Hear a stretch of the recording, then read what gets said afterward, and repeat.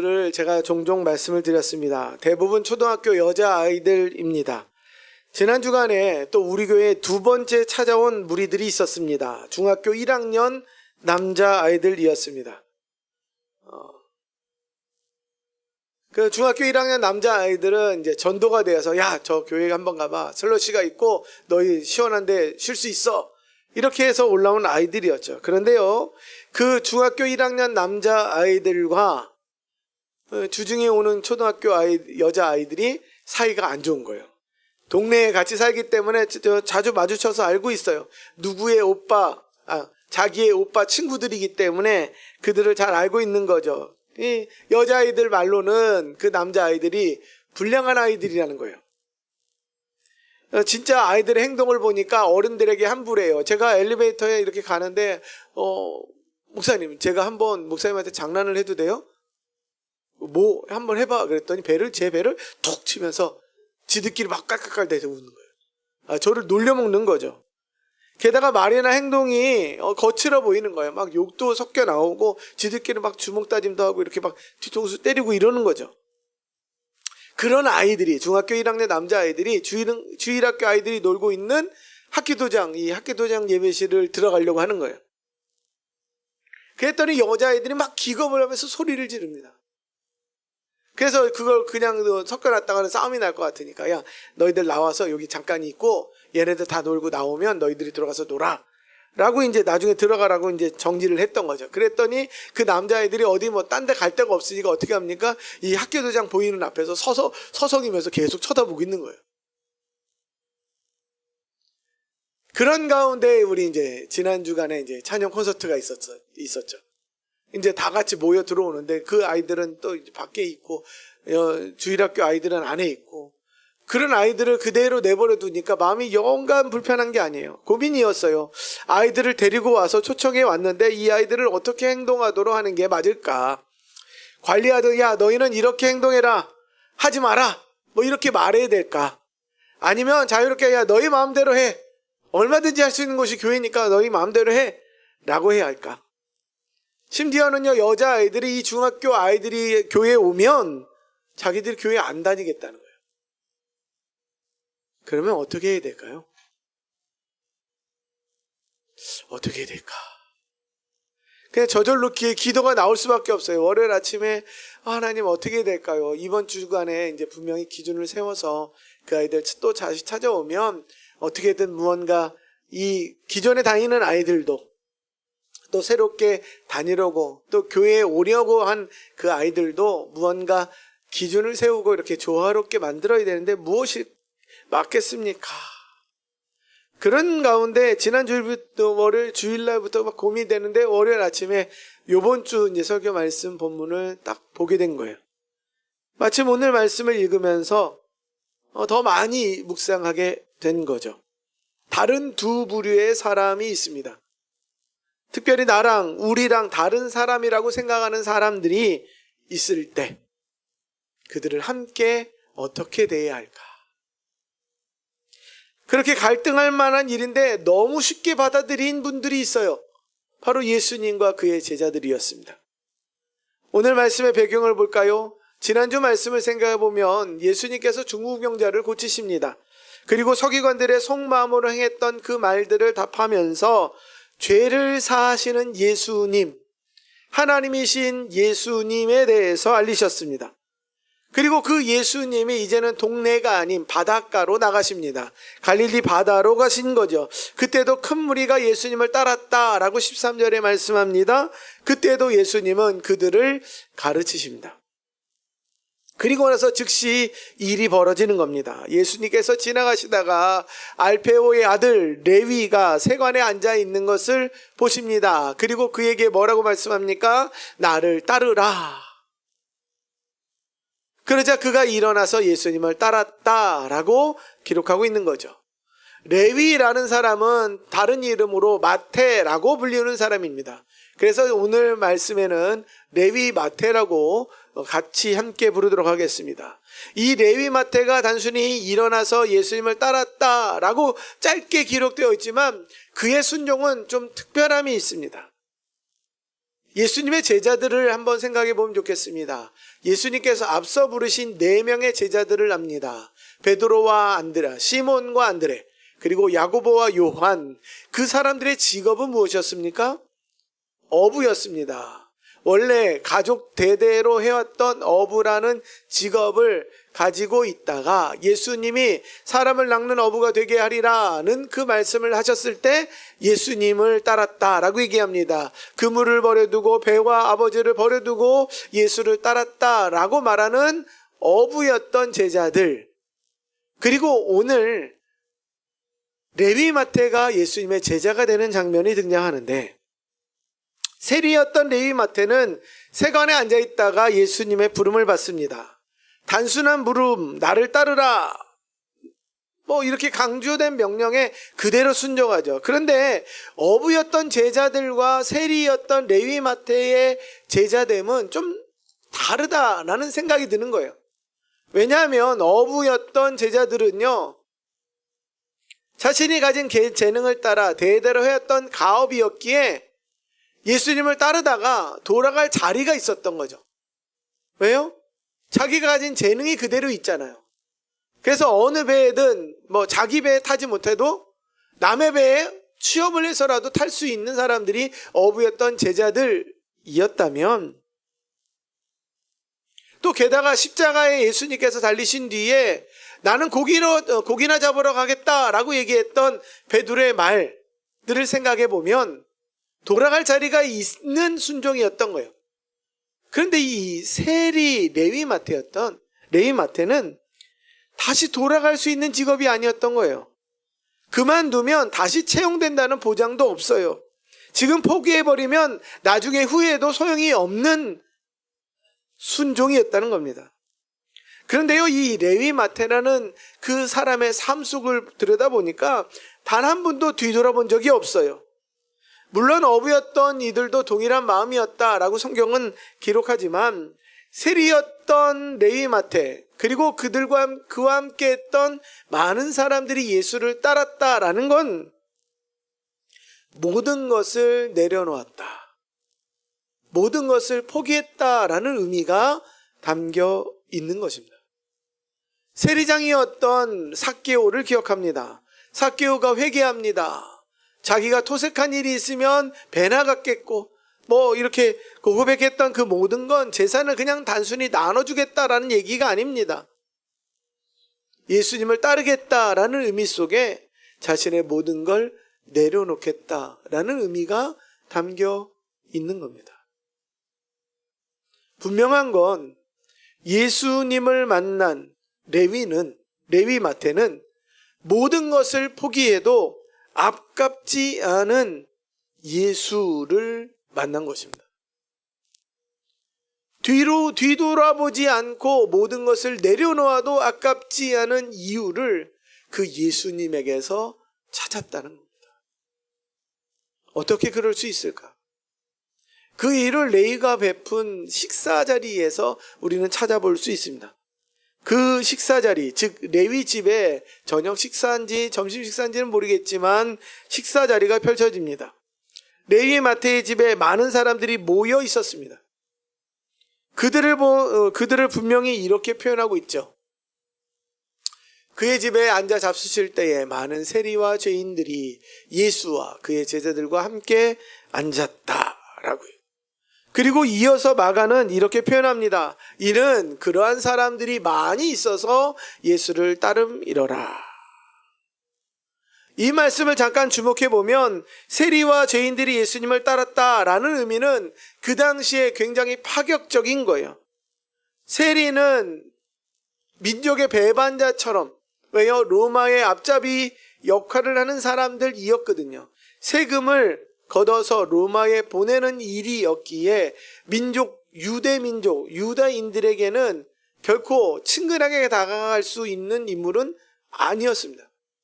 게다가 죄인들이라고 표현합니다. 어떤 사람들이 분명히 드러나 있지는 않지만 성경은 죄 가운데 있는 사람이란 뜻으로 그들을 칭하고 있습니다. 죄에 노출되어 있는 사람이란 뜻도 있지만 그 당시 많은 사람들이 보기에 죄인이라고 불러도 합당한 사람들이라는 의미도 함께 포함되어 있는 겁니다. 죄 가운데 사는 사람, 세리와 죄인들이 지금 예수님을 더 특별히 많이 따르고 있다라는 의미로 15절이 기록되고 있습니다. 자신들과 같은 취급을 받았던 레위 마태가 예수님을 따르기로 하고 그분을 식사 자리에 모셨다는 이야기를 들었습니다. 그 이야기를 듣고 예수님과 함께하기 위해 모인 장면이 15절 말씀이라는 겁니다. 이들의 심정을 한번 생각해 보면 좋겠습니다. 다른 일반 사람들, 특별히 바리새인과 같은 종교 지도자들이 자신들을 어떻게 취급하고 있는지를 분명히 알고 있었습니다. 게다가 자신들과 함께 식사하고 함께하면 죄인 취급받는다라는 사실도 그들도 분명히 알고 있습니다. 왜요? 부정한 사람과 함께하면 부정해진다.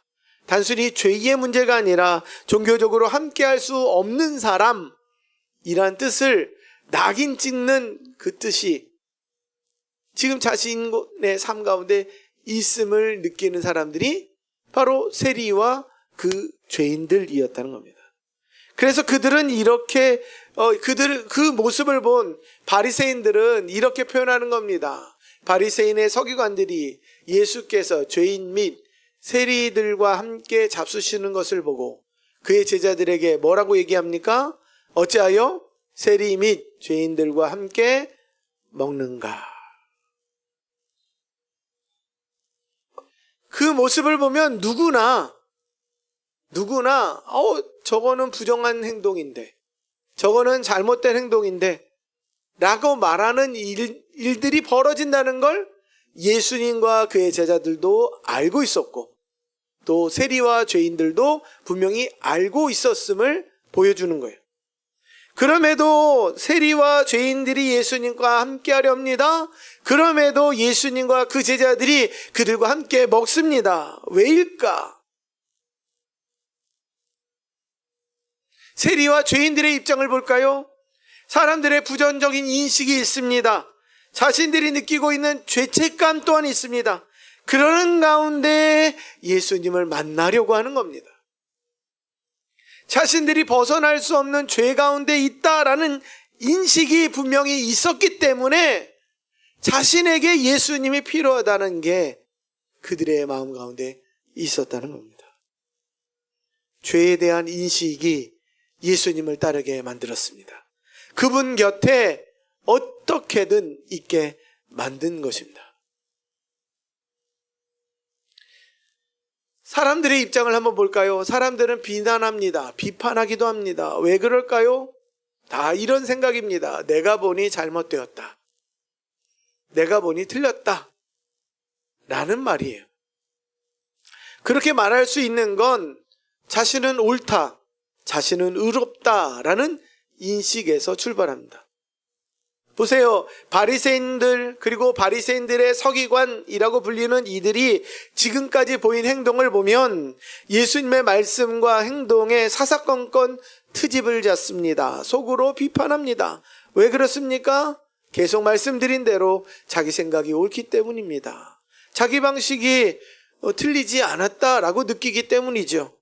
잘못이 없어요. 그동안 많은 사람들이 함께 그렇게 살아왔습니다. 그러기에 이것은 죄가 아니에요. 틀리지 않은 거예요. 그렇게 느끼기 때문에 어떤 일이 벌어집니까? 예수님 곁에 머물지 못했다는 거예요. 예수님에 대해서 예수님을 절실히 찾을 필요가 바리새인들, 그들의 서기관들에게는 있습니까? 없습니까? 없다는 거예요. 다시 말해서 내가 옳다, 내가 틀리지 않았다, 나는 그렇게 죄인이 아니다 라고 느끼는 만큼 예수님이 필요하다? 필요치 않다? 무엇일까요? 때때로 필요하다. 이 정도. 하지만 죄인들에게는, 자신의 죄책감 가운데 있는 사람들에게는, 죄 가운데 살아간다라고 비난받고 있는 사람들에게는 그 비난 속에서 누가 필요한 거예요? 예수님이 필요했던 겁니다. 예레미야 선지자가 있습니다. 지금 예레미야 본문을 우리가 읽고 있죠. 그는 남유다의 죄악을 선포한 선지자였습니다. 그 죄는 이렇게 정리할 수 있습니다. 그들이 내 말 듣기를 거절한 자기들의 선조의 죄악으로 돌아가서 다른 신들을 따라 섬겼은즉 이스라엘 집과 유다 집이 내가 그들의 조상들과 맺은 언약을 깨뜨렸도다. 하나님의 언약을 깨뜨린 상태라는 겁니다. 다른 신들을 섬기고 있다는 겁니다. 그건 결국 하나님을 버렸다, 하나님을 떠났다 라는 의미가 있다라고 외치고 있다는 거죠. 그래서 남유다의 멸망을 예언할 수밖에 없음을 예레미야 선지자는 계속해서 이야기합니다. 하나님을 떠난 민족이 결국 이방 민족의 손에, 이방 민족의 침략에 멸망당할 것을 예언하고 있죠. 그런 예레미야 선지자를 반대하고 비판하는 사람도 있습니다. 지난 주간에 읽었던 20장 말씀을 보니 임멜의 아들 제사장 바수올은 여호와의 성전 총감독이라. 그 사람이 예레미야가 예언함을 들었어요. 그랬더니 어떻게 합니까? 이에 바수hul이 선지자 예레미야를 때립니다. 그리고 여호와의 성전에 있는 베냐민 문 위층에 목에 씌우는 고랑에 예레미야를 결박해 둔 거죠. 하나님의 저주, 하나님의 심판의 말씀을 외쳤습니다. 그 심판의 원인은 다른 게 아니었습니다. 너희가 죄 가운데 있다는 거예요. 너희가 하나님께 죄를 지었다는 거예요. 하나님을 버리고 헛된 신을 섬기고 있다는 거지요. 그러면 적어도 그런 메시지가 들릴 때 우리의 마음에 있는 양심은 무엇을 자극하게 됩니까? 내가 하나님 앞에 잘 살고 있는가? 내가 하나님 앞에 온전한가를 떠올리게 만들 텐데, 성전의 총감독이었던 바수울은 자신이 하나님 앞에 어떻게 행하고 있는지를 전혀 생각지 못한 채, 아니요, 생각은 합니다. 나는 의롭다. 그러게 예레미야를 때리고 결박해서 감옥에 오게, 밀실에 가둬놓을 수 있게 된 것이죠. 보세요. 하나님이 이 바수를 향해서 어떻게 이야기하십니까? 기록되어 있지는 써 있지는 않지만 그 바수울이란 이름은요, 정확한 어원은 없습니다. 단순히 권위 있는 자, 권력 있는 자, 높은 자라는 뜻이 있을 것으로 학자들은 추측합니다. 그런데 하나님이 이 바수울 이름을 바꿔버리시는 거예요. 무엇이라 얘기하냐면 마골 밑삽입,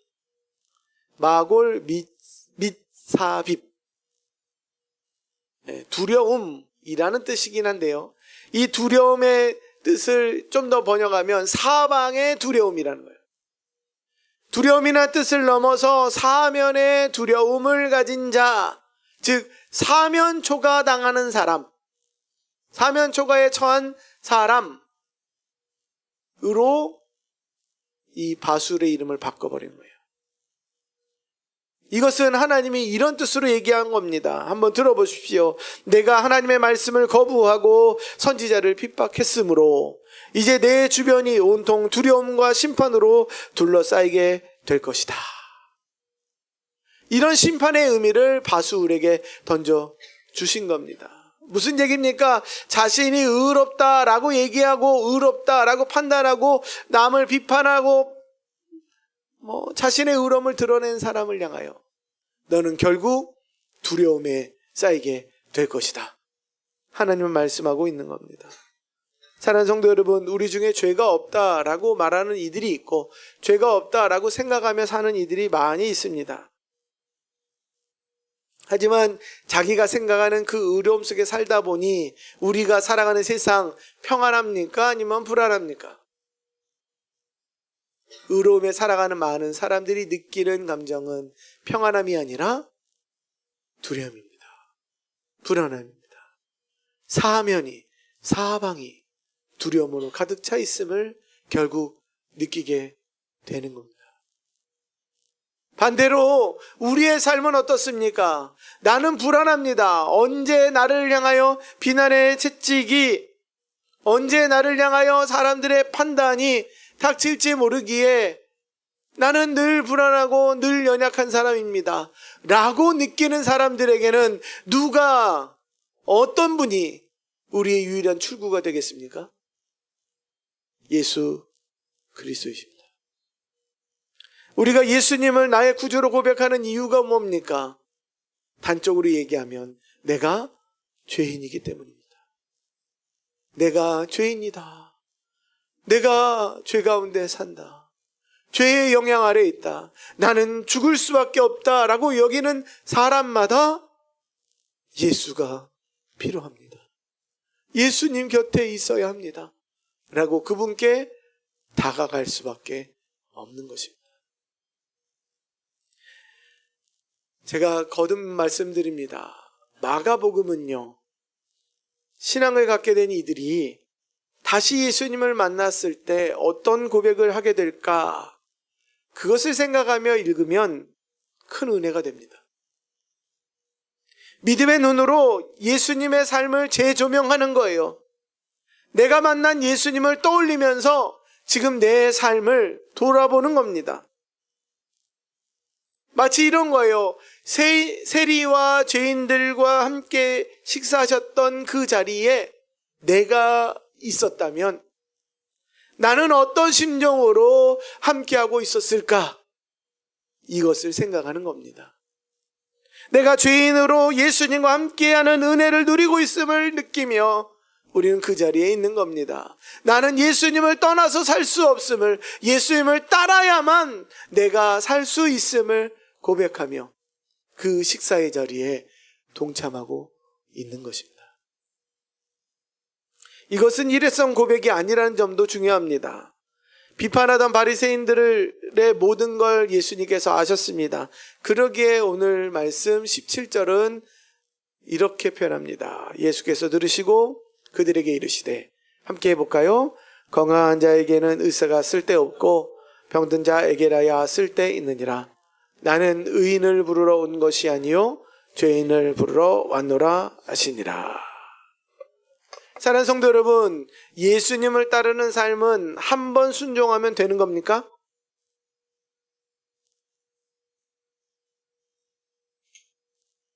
어떻죠? 계속 따라야 합니다. 왜요? 계속 따라하는 이유가 우리에게 있는 거죠. 아니, 더 정확히는 예수님께 있는 거예요. 왜 그렇습니까? 나는 병든 자예요. 병에 노출된 사람이라고요. 세리와 죄인이 만난 예수님은 이렇게 표현하겠습니다. 의사셨어요. 눈에 보이는 병을 고치는 게 아니라 죄의 병을 고치는 분이었다는 거예요. 이 내게 있는 그동안의 죄는 예수님을 만남으로 이제 모두 용서되었어요. 앞으로의 모든 죄도 용서받았다라는 약속을 받았어요. 그럼에도 불구하고 매일 살아가는 삶 속에 우리는 죄의 영향을 받고 삶을 알고 느끼기에 우리에게 누가 필요한 거예요? 그 병을, 그 죄를 고치시는, 용서하시는 예수님이 필요하다는 겁니다. 우리는 예수님이 필요하기에 그분 곁에 머물러 있어야 되는 거예요. 단순히 죄인입니다. 그 죄를 용서할 분은 예수님밖에 없습니다. 거기에서 한 걸음 더 나가는 거예요. 게다가 내가 예수님을 믿고 살아가면서도 아직 연약하고 지금 병의 위협 속에 빠져 있고 그 병의 아픔을 겪고 있기 때문입니다. 문제는 예수님이 필요한 이유를 구원에만 두고 있고 잠시 문제, 당함을 면하기 위해서 예수님을 찾는 이들이 있다는 거예요. 이 문제가 해결되면 예수님 필요합니까? 안 필요합니까? 구원받았다라고 여기면 예수님 더 필요하나요? 아니에요. 나의 모습으로 돌아가 볼까요? 구원받았다라고 엮이는 순간 우리의 목이 점점 숙여집니까? 틀려집니까? 어떠세요? 교회에 오면서 이렇게 오십니까? 아니면 이렇게 오십니까? 물론 둘 다 문제가 있는 겁니다만 고개가 쳐들면 쳐들을수록 예수를 필요로 하는 마음들은 우리 마음속에 찾아볼 수 없는 겁니다. 한 주간을 살면서도 또 실패하고 참 힘들었음을 고백할 때 우리의 도움이 되시는 예수님을 보게 되는 겁니다. 내가 구원받았음에도 불구하고 여전히 죄에서 자유로울 수 없는 연약한 자이기에 나를 살게 하는 그 예수님 곁에 오늘도 내일도 또 한 주간도 계속해서 머물려고 하는 것입니다. 저는 이것을 가리켜 은혜라고 표현하고 싶습니다. 내 의로움이 아니라 내 행동이 아니라 주님 곁에 머물기에 그저 내게 주어지는 은혜. 그 생명이 우리 예수님으로부터 부어지는 것입니다. 사랑하는 성도 여러분, 말씀과 기도가 은혜의 방편이라고 합니다. 말씀을 많이 읽으면, 기도를 오래 하면 은혜가 부어진다라는 뜻이겠습니까? 아닙니다. 말씀 속에서 나의 약함을 더 깨닫는 겁니다. 기도를 통해서 주님 없이 나 홀로 살 수 없음을 오늘도 깨닫는 것입니다.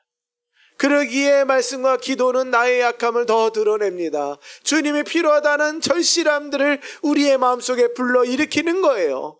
그러기에 그 약함을 느끼는 이들은 그 절실한 가운데 예수님 곁에 머무려고 하는 것입니다. 하나님을 떠나서는 내가 살 수 없음을 고백하게 되는 것입니다. 그렇다고 무언가 열심히 하라는 의미 아닙니다. 말씀을 열심히 읽으세요. 기도 안 하면 죽습니다. 이런 얘기가 아니에요. 세리와 죄인들의 행동을 한번 볼까요? 무슨 행동을 했습니까? 먹는 것밖에 없었어요. 그렇죠? 예수님과 그냥 먹었어요. 이 말씀을 저는 이렇게 표현하고 싶습니다. 우리는 무언가를 해서 은혜를 얻는 게 아니라 예수님 곁에 그분과 함께 하려 하면 은혜를 받는 겁니다. 그저 예수님 곁에 오늘도 떠나지 않고 예수님 곁에 어떻게든 머물려고 하면 그 모습 안에서 변화가 일어나고 회개가 일어나고 우리에게 은혜가 주어진다는 겁니다. 식사 자리면 어떻습니까? 예수님과 함께 자리입니다. 십자가면 어떻습니까? 주님이 고난당하는 그 자리에 그저 함께 있으려 하는 것뿐입니다. 예수님이 계신 그 자리라고 느끼는 이 예배의 현장에 주님 부르면서 가기 싫은 마음에서라도 억지로 이끌림 받은 마음에서라도 이 자리에 있을 때 내게 주님이 필요하구나. 내게 예수님이 꼭 있어야 하는구나. 우리의 마음에 변화가 일어나게 된다는 것입니다.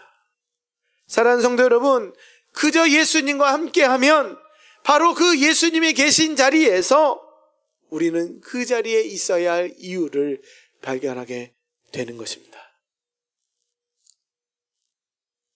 앞서 도입 질문으로 이야기하면 중학교 1학년 남자아이들이 문제일 수 있고요. 초등학교 여자아이들이 문제일 수도 있습니다.